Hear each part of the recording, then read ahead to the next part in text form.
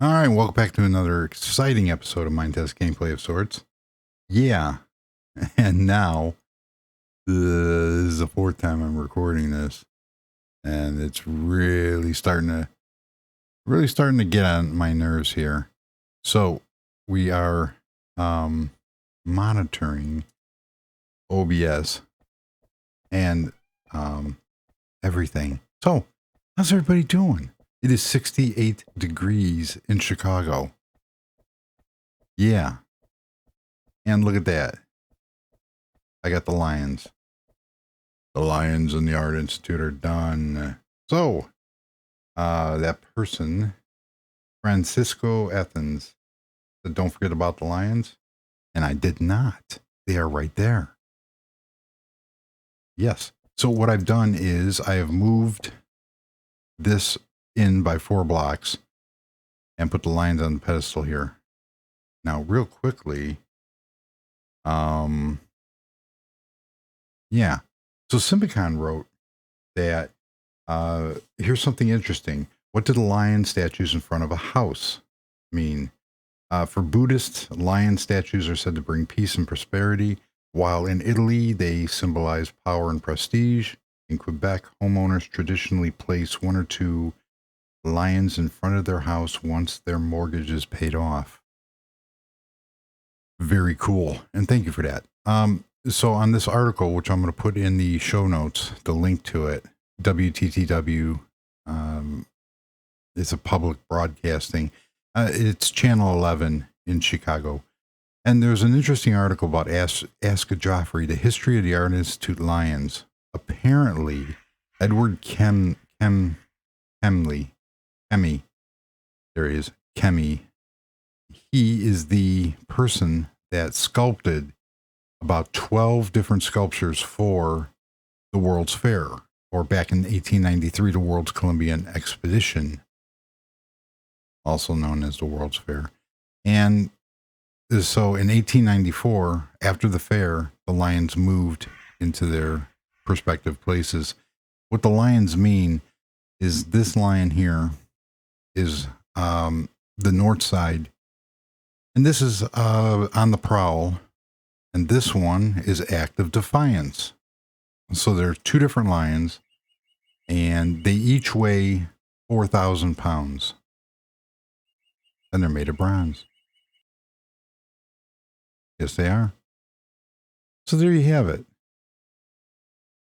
That is the history of the lions. So I moved them in, like I said, and proportionally, it looks a lot better because I had gone off the photo and moved it equal to the second window. And by moving them in, they turned out really cool. These were made from copper blocks because the copper looked better than bronze in Minetest. So you have the head, the nose, the mane, the legs, the chest, and the back, and it chisels down into the tail. There you have it. They're done. So when we go inside here, I also have another version of said lion right there. And I thought to myself, you know what? Since that turned out so cool, maybe I'll try my hand at a sculpture, a statue. No, it didn't turn out. It's kind of cool, but it looks almost like a futuristic Aztec warrior. So these are signposts that are utilized as a big, huge spear, not sphere. And then different blocks from cutting. So if you go back into your table, your circular saw, and I just cut these micro blocks, use those as arms, and put them all together. And it turned out. And I'm very happy with the way that they all turned out. Because if we go back down here to the main floor, and this is going to be a short video because this is the 3rd time I'm recording this. We have that. Yes, we do. Very cool. And here's another rendition of the lion, but in steel.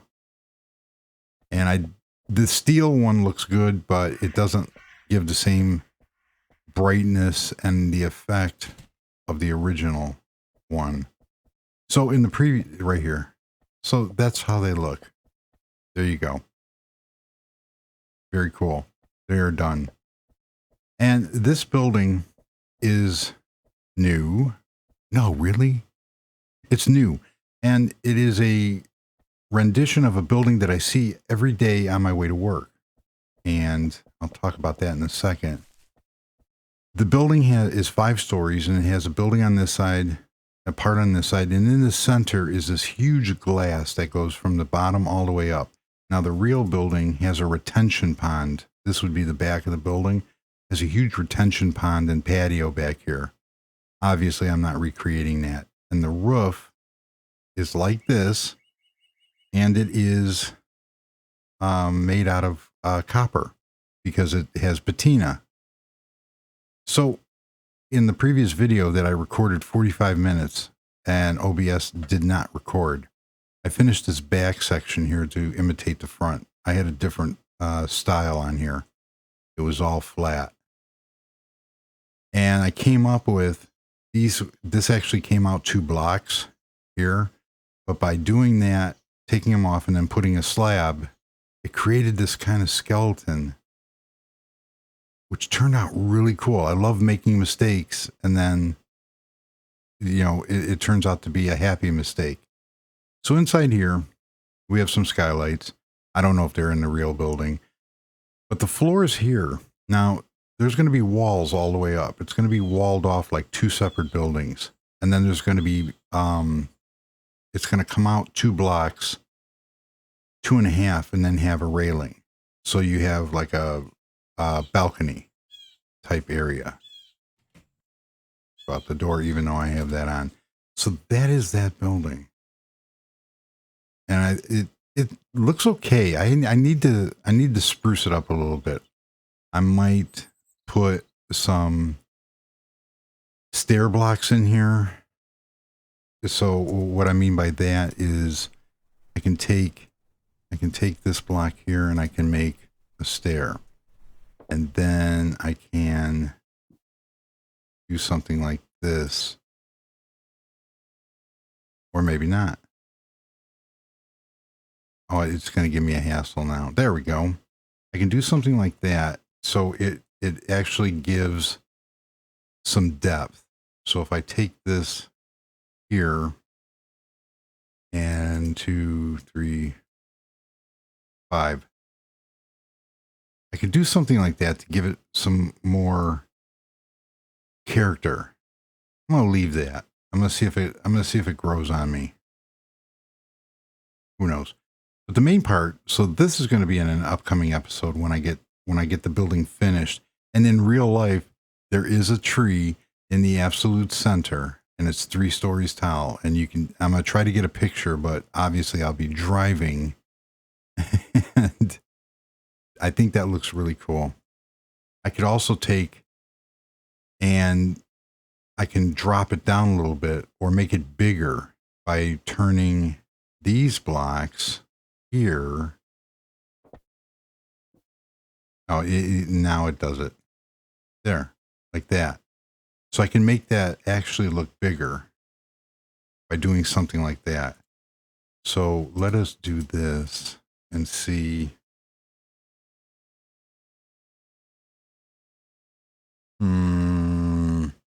It's not bad. It might be a little much. Where's the sun at? Right there. It might be a little much. I might have to, that's not bad. I'm going to leave it like that and see if it grows on me. I do like this inset that I put over here with the different contrasting color. I never see, this is not how the building actually looks on the sides, but that's my interpretation of it. So there's that. Now, real quickly, we are going to go over to the school because, as you notice in the title, tennis courts, pool, and such. So here we are. Here. So what I've been doing, well, work. I put these plants here. Nice. So I went into work on Wednesday night. We work a weird schedule because of the Corona Chan. And on on Wednesday, we got sent home before we even got out of the into the parking lot, or Thursday, because somebody had contracted on an earlier shift. What I do is I repair scanning equipment, which is real cool. So I'm a bench technician now, even though I'm a database developer. And yeah, no no bitter feelings there, huh? So the we work 3 11-hour shifts, and then a 5-hour shift for right now. And on the Thursday we got told that the place got closed down. Somebody came down with the virus, so they were cleaning, and we'll go back on Sunday. So there. So this area right here, hallway, yeah. We come in here, and these are going to be changing rooms. You'll see why in a moment. I'm going to drop this roof by 1 to make it look better. But it's an old building. Here is a concession stand. So we have a full kitchen, refrigerators, coolers, with pop. Yeah. Then you open this garage door, and you get the pool. Very nice. We come out here, and we have tennis courts. We have an outdoor shower to rinse off. Cool. And here's the concession stand from the outside, which looks cool. Yes. I put some picnic tables with colored canopies, a sandbox for the kiddies. We have 3 tennis courts, and I didn't show it, but all you have to do is Google or Bing or whatever search engine, DuckDuckGo, you want to use. And a tennis court in real life is 78 feet by 27 feet. Now, each block is approximately 1 meter, 3 feet. So 1, 2, 3, 4, 5, 6, 7, 8, 9 blocks. 3 feet by 9 is 27 feet. My length is off by about 10 blocks, but proportionally, this looks perfect in my eyes. So we have the back field here. We have your service boxes, your singles and doubles. You can jump over the net. Very nice, and not trip over the net. Now, I do have gates installed here. I can't find them because they blend in rather well in case one hits a tennis ball over. We have lights and benches. I can't find it now. Oh, there it is. There it is. I found it. It's right. Yeah, nice. It's right. That was stupid. How did I put that there? Oh, well. I'll fix it. I'll fix it later. By law, you have to have, if you have a swimming pool, you have to have a fence all the way around. At least 6 feet high. These are 9. And I put all these poplar trees here. They're too close, I know, but it looks okay to hide the cliffs. These are ball backstops because nobody wants soggy balls, tennis balls. Get in from the tennis courts. So we have that. We have a pool. Right. And the pool, now this is sort of modeled after growing up. We had Willow Springs pool. In Willow Springs, we had a low dive, medium dive, and a high dive, which was 15 feet. And you weren't considered a cool kid unless you went off of the high dive. And I actually went off of the high dive several times, even though I'm deathly afraid of heights and water, that I can't see the bottom. Ooh. And that equated to my first dive ever. It was kind of jump off and pray. So we come out here, we bounce on the diving board, and yay! And actually these grates were just like they were in the pool. So there you have it. It looks very cool from up above. as I am going to try to see what is going on here. If OBS is still recording, I kid you not, I'm not re-recording this.